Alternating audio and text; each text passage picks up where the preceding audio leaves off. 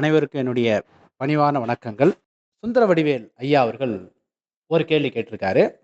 சார ஜோதிடத்தை தனி மனிதனுக்கு மட்டுமல்லாமல் தினசரி வாழ்வில் நம்மை சுற்றி நடக்கும் பல்வேறு நிகழ்வுகளுடன் ஒப்பிட்டு பார்க்க முடியுமா? அப்படின்னு ஒரு கேள்வி கேட்டிருக்காரு.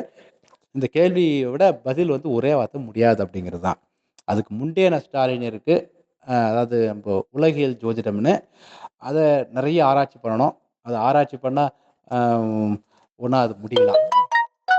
அத வந்து என்னுடைய வாழ்நாள்ல எனக்கு ஆராய்ச்சி பண்ணணும்னு எனக்கு எண்ணலாம் இல்ல. அது ஆம்பிஷன் இன்னைக்கு இல்ல. ஏன்னா, அத ஆராய்ச்சி பண்ணா என் வாழ்க்கையில கிட்டத்தட்ட பெரிய அளவுக்கு என்னால சாதிக்க முடியாது. ஓகேங்களா? அதாவது தனி மனித ஜாதகங்கிறது ரொம்ப ஈஸி. அத வந்து நம்ம ஈஸியா எடுத்துக்கலாம். இதான் லக்னம், இதான் ராசி, இதுதான் லக்ன பாவமுனை, இதான் 2ஆம் பாவமுனைன்னு நம்ம எடுத்துக்கிறோம். ஒரு நாட்டுக்கோ, ஒரு ஊருக்கோ, நாம வந்து நம்மை சுற்றி நடக்கிற நிகழ்ச்சிக்கோ, இதுதான் லக்னம் அப்படின்னு எடுக்க முடியாது. ஏன்னா உலகத்துல வெறும் 12 நாடு இருந்தா, இந்த நாடுன்னு எடுத்துக்கலாம். ஒரு 12 கண்டம் இருந்தா, இத எடுத்துக்கலாம். அந்த மாரிலாம் இல்ல. இந்த 12ஆ ராசியா பிரிக்கிறது ரொம்ப கஷ்டம். அதுல நெறைய கான்ட்ரோவர்சி இருக்கு. அத ஆராய்ச்சி பண்ணோம்னா ஓரளவுக்கு சாத்தியம் இருக்கும். ஆனா, அது பெரிய ஒரு கஷ்டமான சூழ்நிலை அப்படிங்கிறதால, பொதுவா ஜோதிடம் என்பது அது அக்கல்ட் சயின்ஸ்ன்னு சொல்லுவோம். அது வந்து வெளியில வந்து ப்ரூவ் பண்ற மாரி ஒரு சிச்சுவேஷன் என்னைக்கும் வரவே வராது. நம்ம ஜோதிடத்துல சில விஷயத்த நான் ப்ரூவ் பண்ணுவேன் அப்படின்னு நம்ம இறங்கும்போது, இறையருள் நமக்கு கிடைக்காது. ஜோதிடங்கிறது உண்மதான்.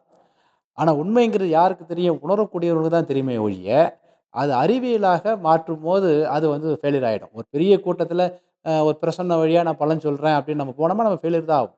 ஒரு ஜாதகத்துக்கு நம்ம பலன் சொல்றோம் அப்படின்னு போகும்போது, நம்ம ஃபெயிலியர் தான் ஆகும். உதாரணத்துக்கு நெறைய நேரத்தில டிவில கூப்பிடுவாங்க என்ன. நம்ம மாநாட்டு மலர்லாம் போறத பார்த்து டிவில, "நீங்க வாங்க சார், பேசுங்க சார், ராசி பலன் பேசுங்க சார்ன்னு" கூப்பிடுவாங்க. நான் அதுவரைக்கும் போனதே இல்ல. காரணம் என்னன்னா, இந்த ராசிக்காரங்க இப்படித்தான் இருப்பாங்க, அந்த ராசிக்காரங்க இப்படித்தான் இருப்பாங்க. இது 2019 இப்படிதான் இருக்கும், 2020 இப்படிதான் இருக்கும்னு நம்ம வந்து ஒரு கணிக்க முடியாது. ஏன்னா, அது வந்து மிகப்பெரிய உலகம்ங்கிறது ரொம்ப பெருசு. உங்களுக்கு வேணும்னா, ஒரு வேர்ல்டு மேப்ப பக்கத்துல வச்சு, உங்க ஊர் எங்க இருக்குன்னு போய் பாருங்க நீங்க. ஒரு டேபிள்ல 2க்கு 4ங்கிற டேபிள்ல ஒரு வேர்ல்டு மேப் வச்சுக்கிட்டு, அதுல தமிழ்நாடு எங்க இருக்கு, உங்க ஊர் எங்க இருக்குன்னு வச்சு பாருங்க. பார்த்தீங்கன்னா நமக்கு தெரியும். உலகம் என்பது மிக பிரம்மாண்டமானது. அதுல நாம வந்து ஒரு துரும்புலும் துரும்பு.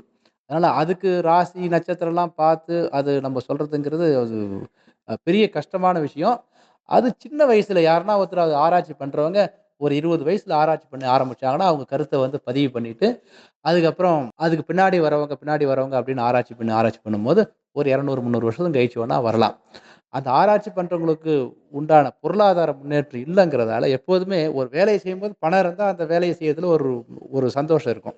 உதாரணத்துக்கு நான் இந்த ஃபீல்டுல வரும்போது, எனக்கு ஓரளவுக்கு எடுத்த உடனே நானு ஒரு லைஃப்லாம் செட்டில் ஆயிட்டு, ரொம்ப நாள் இந்த ஃபீல்டுல இருந்து, இதுல ஒரு ஓரளவுக்கு சம்பாதிக்கிறேன்னு ஆரம்பிச்சு லைஃப்ல செட்டில் ஆயிட்டு, ஓரளவுக்கு ஜாதகம் அதாவது கிட்டத்தட்ட ஒரு 10 வருஷம் ஒரு 10 வருஷம் ஜோதிட துறைய பார்ட் டைமா பண்ணிட்டு, அதுக்கப்புறம் தான் ஃபுல் டைமா வந்தேன். அதனால தான் எங்க வீட்ல வந்து எனக்கு அங்கீகாரம் கிடைச்சது. எடுத்த உடனே நானு திருமணத்துக்கு முன்னாடியே இது வந்து தொழிலா பண்ணிடுறேன் அப்படின்னு போயிருந்தேன்னா, நான் டெவலப் ஆகியிருக்க மாட்டேன்.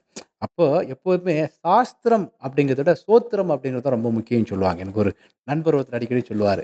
சின்ன வயசுல நானு பண்ணும்போது. அதனால ஏன்னா பொருளாதாரத்துக்கு என்ன வழியோ, அந்த வழிய உருவாக்கிட்டு அதுக்கப்புறம் ஆராய்ச்சி பண்ணலாம்.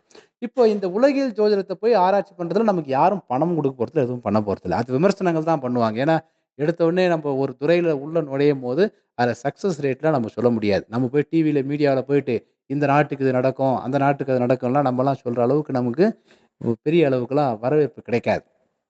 ஒருவேள ஒரு மீடியாவுல கிடைச்சாலும் கூட ஏற்கனவே சொன்ன மாரி, ஒரு நம்ம தெய்வீகம் சம்பந்தமான விஷயத்த ஓப்பன் பண்ணோம்னா, நமக்கு இன்ட்யூஷன் பவர் குறைஞ்சிரும்.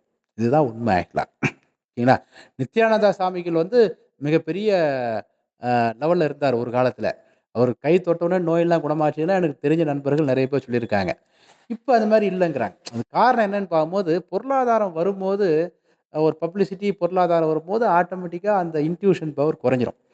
அந்த வகையில வந்து நம்ம சார ஜோதிடத்த தனி மனிதனுக்குன்னு யூஸ் பண்ணும்போது, அதனுடைய எல்லை சுருங்குது. அதனுடைய ரகசியங்கள் பாதுகாக்கப்படுகிறது. ஜோதிடம், இறையருள் இது எல்லாமே ஒரு சூட்சுமமா தான். உணரக்கூடியவனுக்கு மட்டும் தான் அது தெரியுமே ஒழிய, எல்லாருக்கும் அது புரியாது. சரிங்களா? அதை எதிர்க்கக்கூடியவங்க தான் ரொம்ப அதிகம். அது உணரக்கூடியவங்களுக்கு அது பலிதமாகும். எல்லாமே இருக்கும். உணர முடியாதவங்களுக்கு முடியாது. அந்த வகையில இது இறை சார்ந்த அமைப்புங்கிறதால, இது உலகில் ஜோதிடத்திலோன சாத்தியமாகும். அதற்கு நீண்ட பயணங்களை நாம் மேற்கொள்ள வேண்டியது. அந்த பயணத்தில ஒரு சக பயணியா கூட என்னை இணைத்துக் கொள்ள நான் தயாராக இல்லை.